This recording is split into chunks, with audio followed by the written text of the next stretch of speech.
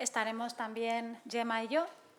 El caso número 4 es un adolescente de 13 años diagnosticado de hipotiroidismo congénito, lo llevan en endocrino y en tratamiento con levotiroxina. Está en seguimiento desde los 4 meses por hipotonía, con un desarrollo posterior de ataxia. El padre durante su infancia tenía una sintomatología similar con movimientos coreiformes. Lo empezaron a llevar en rehabilitación y después ya se quedó solo con neuropediatría de la FE. Como dato interesante, empezó a caminar solo con 3 años y a los 6 años, no era entonces yo su pediatra, aportan el informe del Gabinete Psicopedagógico Escolar con diagnóstico de TDA inatento, moderado, con alta capacidad y dificultad en la lectoescritura y memoria de trabajo. En este caso, como sí que existe una comorbilidad, lo derivan a USMIA. Actualmente está en tratamiento con levotiroxina continua, con la tetrabenazina para los movimientos coreiformes y con una anfetamina por el TDA. Hace 2-3 años se pudo confirmar genéticamente el síndrome cerebro-pulmón-tiroides. Es un síndrome raro, BLTS se llama, y está localizado en el gen NKX2-1. Tiene una resonancia cerebral normal y ya tiene su discapacidad reconocida.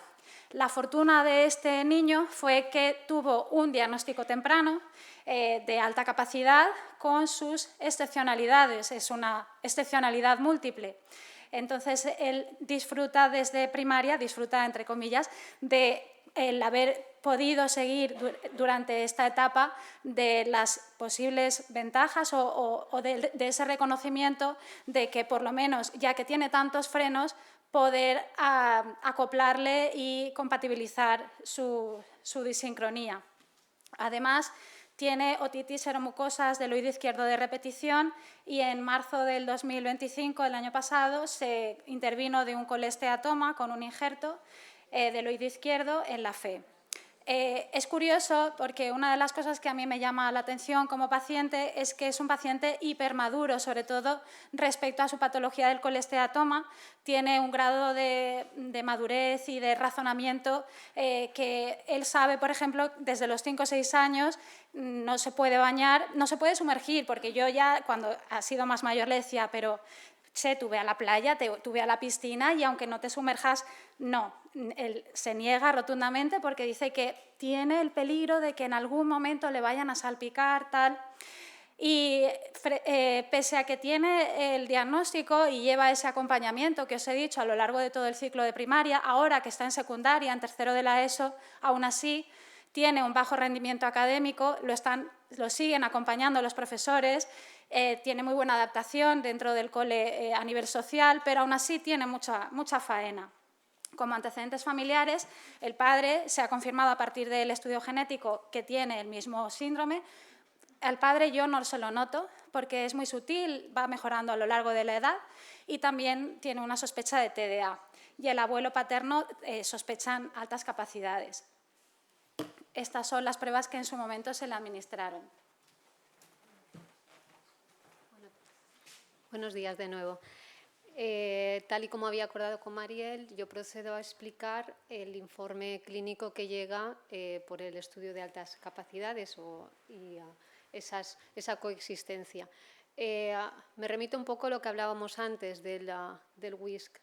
Si os fijáis aquí, están señaladas una serie de escalas, la memoria de trabajo y la velocidad de procesamiento, donde estamos en la media, por ejemplo, en la memoria de trabajo, la velocidad de procesamiento también, pero si os fijáis respecto a los índices de comprensión verbal y razonamiento perceptivo, hay una discrepancia significativa. Entonces, ante un WISC con estas características, principalmente nos tiene que llamar la atención, ¿vale?, de que hay algo de lo que nos está informando. Entonces, aquí en el centro educativo o en el centro clínico, en el centro educativo, disculpadme, han aplicado unas BADI que permiten evaluar las aptitudes al aprendizaje y que detectan pues unas dificultades del aprendizaje paralelas que se están evidenciando también en la ejecución de esta prueba intelectual. Al mismo tiempo, se le aplica un TALE, que es una prueba específica de procesos lectoescritores, y nos da clínica también. Entonces, ¿qué pasa? Que aquí Se ha evaluado la parte de la inatención. Muchas veces, y hemos de tener en cuenta, las dificultades del aprendizaje pueden confundirse con problemas atencionales.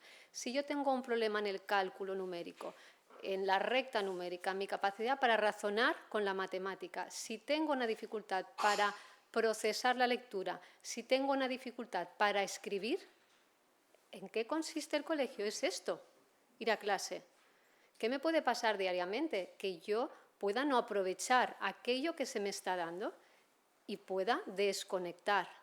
Entonces, es bastante posible que puedan haber diagnósticos confusos también de TDAH en pacientes que tienen dificultades del aprendizaje, pero es paralelo, no es neurofuncional, es un daño colateral secundario a estas dificultades manifestadas.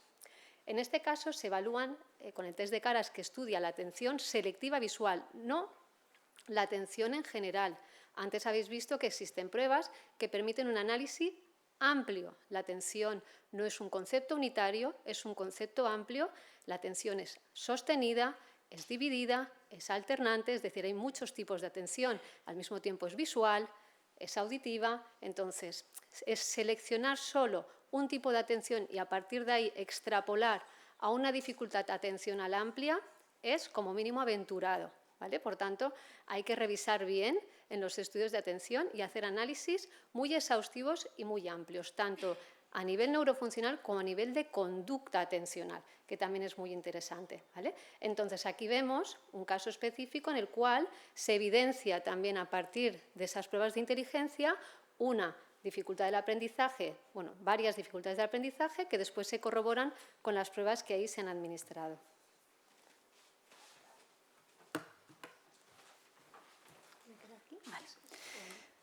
Hablaremos ahora de las características por edades. Hemos ido hablando un poco ya a lo largo de la mañana y, por supuesto, seguir incidiendo en la heterogeneidad de este tipo de pacientes por el entorno, por genética, por el sistema educativo, por el método de crianza. Durante la etapa infantil, desde los primeros días de vida o casi desde el primer día, son capaces de sostener la cabeza erguida, de mirar atentamente lo que les rodea, como si reconocieran voces o estuvieran inspeccionando la habitación, que es normalmente lo que hacen un poquito más adelante. Muchos responden a su nombre con menos o alrededor de los 3 meses. Desde bien pequeños, como hemos ido diciendo también, tienen un lenguaje más fluido y preciso, es una de las primeras características que suele aparecer, una gran memoria. Con 3-4 años son capaces de realizar pequeñas operaciones matemáticas y muchos de ellos también aprenden de forma autodidacta a leer o construyen puzzles complejos con piezas muy pequeñas. Hacen preguntas diferentes a sus iguales, más complejas, tienen inquietudes, dudas de temas sociales, de ecología, naturaleza. Son pacientes que llaman la atención. Aquí tenemos a mi hijo que se le está haciendo la foto y había una persona detrás llamando su atención y yo creo que sí que se ve bien que está fijando mucho la mirada con 20 días y es un retrato de lo que os quería hacer ver. Con 3 meses en su bautizo, mi madre la llamaba y él se giraba donde llamaba a mi madre. Con 12 meses antes de empezar a caminar, porque mi hijo a nivel motor no presenta demasiada destreza, empezó a decir no va porque a él le encantaban los botones. Entonces lo que hacía era, todavía entonces teníamos un radiocassette, le daba la vuelta, aparte de tocar todos los botones, pero le daba la vuelta, quitaba las tapitas de las pilas y decía no va, igual con la minicadena de casa y todo. Con 1 año y medio llueve, está lloviendo, empiezan los impersonales, con 2 años aprende los planetas del sistema solar. Este cuento, igual que otros muchos, se los leíamos y él se fue aprendiendo de memoria todo aquello que pasaba por él. Y lo pude grabar. No sé si se puede escuchar parte, no os voy a dar el tostón. Yo empiezo a decirle, en este caso cuando lo grabé sí que le daba pie para que él dijera, pero a la misma vez hubo otras veces que lo decía entero él. Bueno, ha pasado directamente en la diapositiva. A ver. Bueno, no pasa nada. En la etapa de primaria ellos se caracterizan por esa curiosidad. Vale.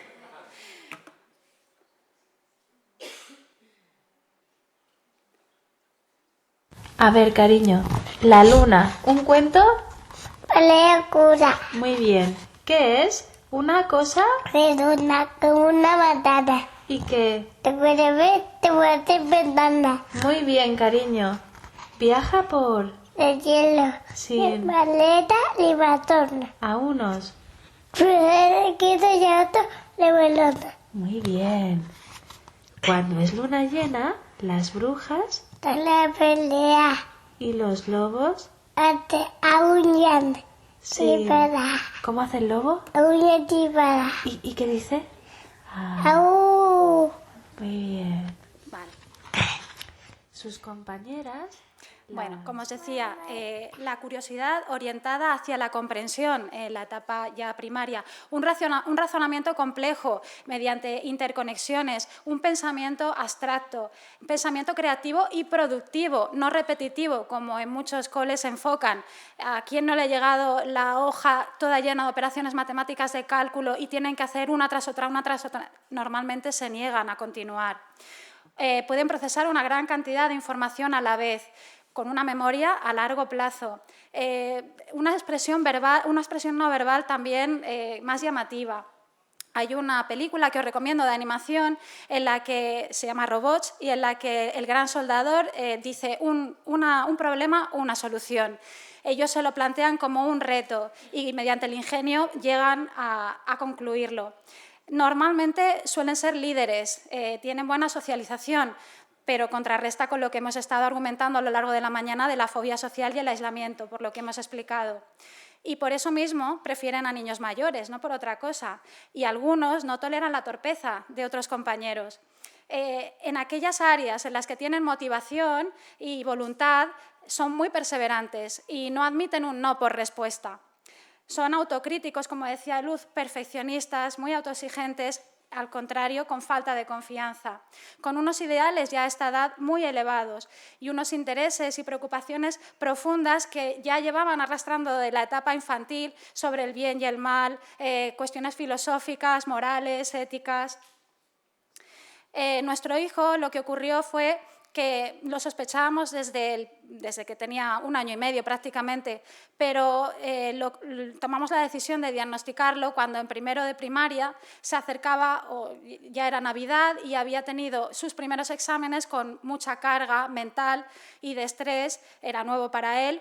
Y, sin embargo, las 2 semanas previas a Navidad no había que hacer nada, no había nada que hacer en el cole. Entonces, le hicieron hacer una manualidad súper dirigida. Era una estrella, que todavía tenemos, para recordar momentos duros también. Entonces, era una estrella de lana que tenía que ir envolviendo de una determinada manera y hacerla de una determinada forma. La profesora me llamó al orden varias veces por esa manualidad y me dijo que es que el niño molestaba muchísimo en clase y que al final iba a tener que dar parte al director porque era una conducta antisocial. Entonces, ahí ya sonó la voz de alarma en casa y ocurrió lo mismo cuando se acercaban las vacaciones de verano. Mucha actividad con exámenes y después una baja actividad total las 2 semanas previas. Fue cuando decidimos diagnosticarlo en un centro privado y, bueno, en lo que se refería ya al contexto de cuando se hizo la evaluación de nuestro hijo, hubo una ola de calor terrible, no se podía dormir, era septiembre y yo lo recuerdo con todo tipo ventilador, en fin. Pero aún así, las noches previas él no descansó, no durmió.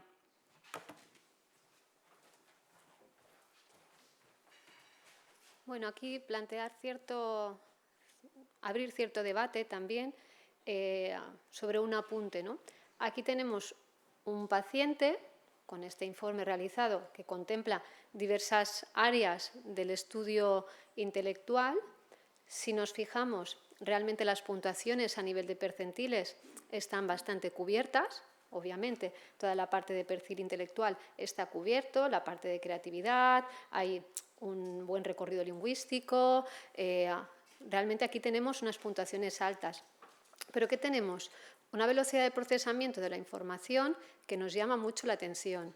Ahí sí que es interesante abrirse a cuestionarse nuevamente esto. ¿Qué pasa aquí? La velocidad ya no es ni media, es que está por debajo de la media. tenemos un contexto, como bien dice Mariel, que propicia igual un estado específico a la hora de realizar la prueba, y eso es muy importante. De hecho, la misma prueba informa de cómo cuidar el contexto evaluativo, porque es tremendamente importante para los resultados, porque también al mismo tiempo después no podemos repetir la prueba durante mucho tiempo, y esto sí que es verdad que puede tener un impacto directo sobre la vida académica y personal del evaluado. Entonces, es muy importante cuidar mucho el contexto. Aquí entiendo que en base a estos resultados se decidió revisar el estado de ánimo del niño, o a lo mejor se incluyó previamente en el estudio. También el estudio tiene su recorrido, a lo mejor tú ves esto y dices voy a valorar algo más. Se evaluó el estado de ánimo. ¿Por qué? Pues porque puede influir, como os decía antes, puede influir en la velocidad con la que se procesa la información y que tenga una clara correspondencia con las pruebas que evalúan esto. Entonces, ¿qué vemos aquí? Pues en el cuestionario de estado de ánimo puntúa muy bajito, entonces no nos lo explica el estado de ánimo del niño, pero tampoco nos hemos abierto a valorar más cuestiones. Entonces, puede ser que aquí haya que darle una revisada al análisis, porque nos podemos estar quedando cojos en ciertos puntos del estudio y igual buscar una explicación a esta velocidad de procesamiento.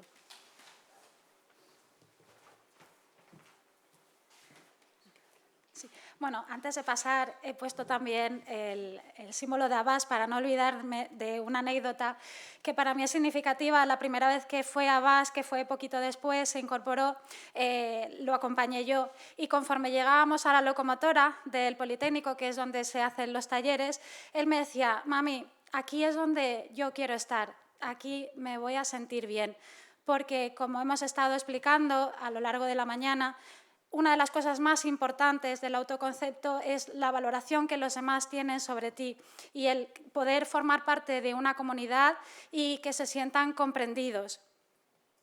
Durante la etapa de primaria, esa creatividad orientada, pues podemos ver ahí las figuras que hacía. Yo tengo toda la casa llena de construcciones de 3D, por ejemplo, con folios, en este caso de Minecraft, pero cuando todavía él era analógico, que fue durante los primeros años de vida, luego ya se pasó a lo digital, él lo que hacía era acumular papeles, los recortaba y entonces hacía las pantallas del lenguaje BASIC o del tipo de programación, dibujaba móviles, tablets, pero con todas las especificaciones técnicas de cada uno de los dispositivos. Y, de hecho, una de las veces se cargó el ordenador de su abuelo porque lo que intentó hacer fue quitarle la programación que llevaba y ponerle la suya. Entonces, él no se dedica a jugar a lo que a lo mejor otros dedican tantas horas del ordenador, sino a intentar ver cómo funciona. Cuando me iba a examinar de la OPE, me escribió esta carta. Él en ese momento ya presentaba más destreza a la hora de escribir, pero hay que tener en cuenta también que era mecanografiada, entonces le costaba un poquito más, y a nosotros nos gusta que haga ese esfuerzo apuntando siempre en lo analógico, y también es significativo que me pide más tiempo para estar con él, más tiempo libre, que hagamos el Selenita, que era un juego propio nuestro, y que tenga en cuenta al papá y al tete también. Hay diferentes retos a nivel de la adolescencia, en todos ellos, no solo en las altas capacidades. Son personas que, ya sabéis, pueden tener más inestabilidad emocional, se hacen más independientes, más autónomos, se consolida la identidad y el carácter y hay una mayor integración con sus iguales, muchas veces pues, mandan más que los papás y aparecen las primeras relaciones sentimentales. En esta etapa de las altas capacidades puede todavía bajar más ese rendimiento académico porque existe, como decíamos antes, una mayor exigencia de aquello que entonces solamente con asistir a clase lo llevaban sabido y, por tanto, por varios motivos, el fracaso escolar, del que tanto hemos hablado. Tienen todavía, si cabe más, una mayor capacidad de reflexión, un pensamiento crítico agudo y cuestionan las normas que consideran injustificadas, como absurdas. Eso es absurdo, me dice el mío. Por supuesto, hay más niños que niñas evaluadas, ya lo hemos dicho. Aparece la disonancia socioacadémica, en la que, como bien ha dicho Luz, pues pueden aparecer o el efecto Pigmalión de frenar el desarrollo intelectual o centrarse solo en ese desarrollo intelectual, dejando a un lado las relaciones sociales, o lo más saludable, que sería poder establecer ese equilibrio. En la adolescencia, con más incidencia, se da el enmascaramiento y se sienten más incomprendidos y aislados por sus propias características. Hay dos mecanismos de defensa que aparecen en cualquier adolescente, pero en los adolescentes con altas capacidades se puede dar todavía más, que es el tortuga, aquel que es introvertido, cerrado en sí mismo, y el erizo, aquel que es contestatario, rebelde, irascible. Llegados a este punto nos va a ser muy difícil conectar con ellos. Podemos tirar de aquellas experiencias previas, de que podamos llegar a ellos porque nos conocen. La ventaja fundamental que tenemos en la consulta de pediatría es que a muchos los conocemos desde que nacen, y de esa ventaja tenemos que nutrir nuestra experiencia dinámica con ellos, porque nos puede servir en cualquier momento de su experiencia vital, de ese paciente. Pero, como os decía, llegados a este punto, pues es todavía más complicado. Cuando llegamos a la ESO, después de un ciclo, sobre todo del último ciclo de primaria, nos insistía mucho el colegio, la orientadora escolar, de que había que repetirle las pruebas, se habían hecho en la privada, y para firmar el ITACA en secundaria había que volver a repetir las pruebas hechas.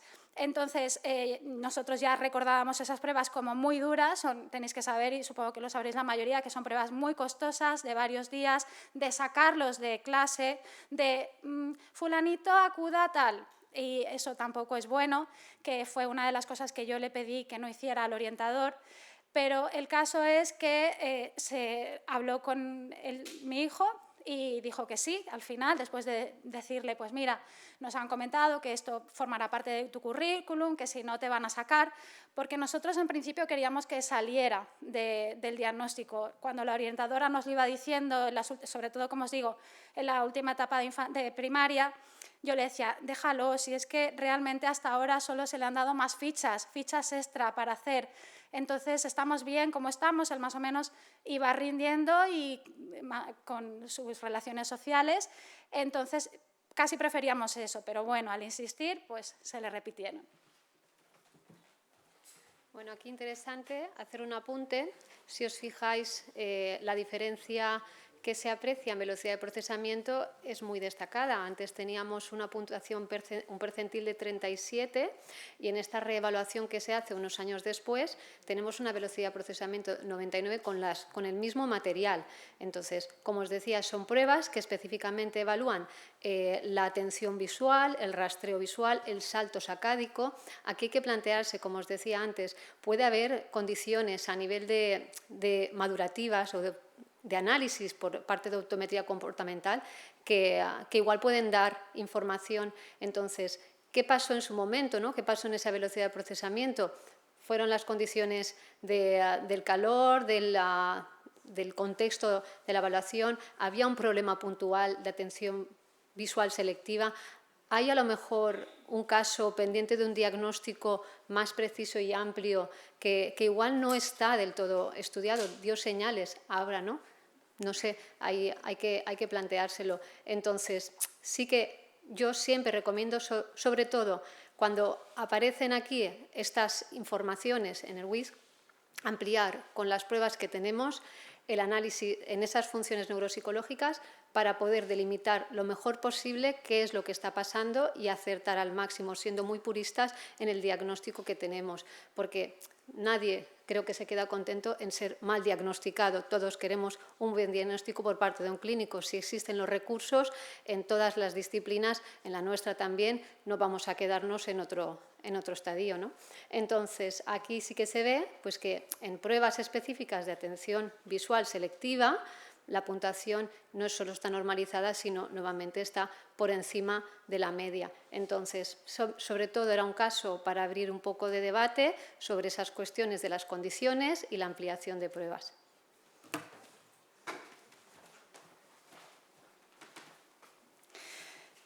en la experiencia vital de mi hijo, la motivación, la consecución de logros se ha ido, por eso que os comentaba, por la rama tecnológica, informática, de programación. El medio de comunicación fundamental para él es el inglés. Y incluso algunas veces nos decía, es que hay palabras que no me salen en castellano, las digo mejor en inglés, o que sueña en inglés, también nos lo ha dicho alguna vez. Entonces, la consecución de sus logros, que podéis ir viendo ahí, pues va por ahí. En cuanto a esa personalidad, a ese temperamento o a esos intereses secundarios, pues él tiene su propio capital. Estos logros que os digo, pues, y estas características son desde que tenía 13, 14 años. Tiene su capital, inversiones en criptomoneda, es imparable, entonces hay que confiar en él. Nosotros, pues, confiamos. Como decía Dumbledore, presenta cierto desdén por las normas, aunque él no lo reconozca. Es un gran defensor de los animales, tiene una gran conciencia social y un interés que tampoco es normal o no es tan habitual en los de su edad por la política. Él se interesa por todas las noticias de Internet y está muy al día. Como recursos que os puedo recomendar, los he ido recopilando en la página web. Hay tanto para niños, docentes, educadores y familias, libros, referencias bibliográficas. Hay también sobre ansiedad, miedo para niños en el apartado Leo y Aprendo. El portal Faros es muy recomendable para ciertos temas como el fracaso escolar o la creatividad en la inteligencia emocional, el apartado. En salud mental tengo también uno que a mí me gusta mucho, que es salud mental del adolescente, otro de bienestar emocional, cápsulas de psicología. Y un recurso que yo utilizo mucho en la consulta es el mindfulness. Entonces, hay varias referencias y una de ellas se la recomendé, de hecho, a la Valpap y fue ponente este curso, que es Olga Sacristán. Ella es médico rehabilitadora. Hay otro que es muy mediático en redes también, que es Mario Alonso Puig, que también es médico otorrino. Y luego la pionera de mindfulness con la que yo empecé a trabajar, que fue Tranquilo y atento como una rana, que es un audiolibro para niños con esa hiperactividad para hacer el espagueti, para hacer la rana, que es de Lynn Snell y que tiene también su homólogo en adolescentes que se llama Respirad. Entonces, son recursos que pueden ser de utilidad. Estos son algunos de los artículos que he utilizado para hacer la presentación. Y, por último, los agradecimientos, en primer lugar, a Lisardo, que es el vicepresidente de la asociación, por meterme aquí en la ponencia de hoy. A Amparo, que es enfermera de primaria y además es mamá de mi cupo, por casualidad todo, que fue a la que se le ocurrió la idea de todo esto. A la persona que ha estado acompañándome desde el primer día de facultad, a Irene. A Ana, es una gran pediatra y neuropediatra, y por supuesto también a mi costillo, a Sergio. Muchas gracias.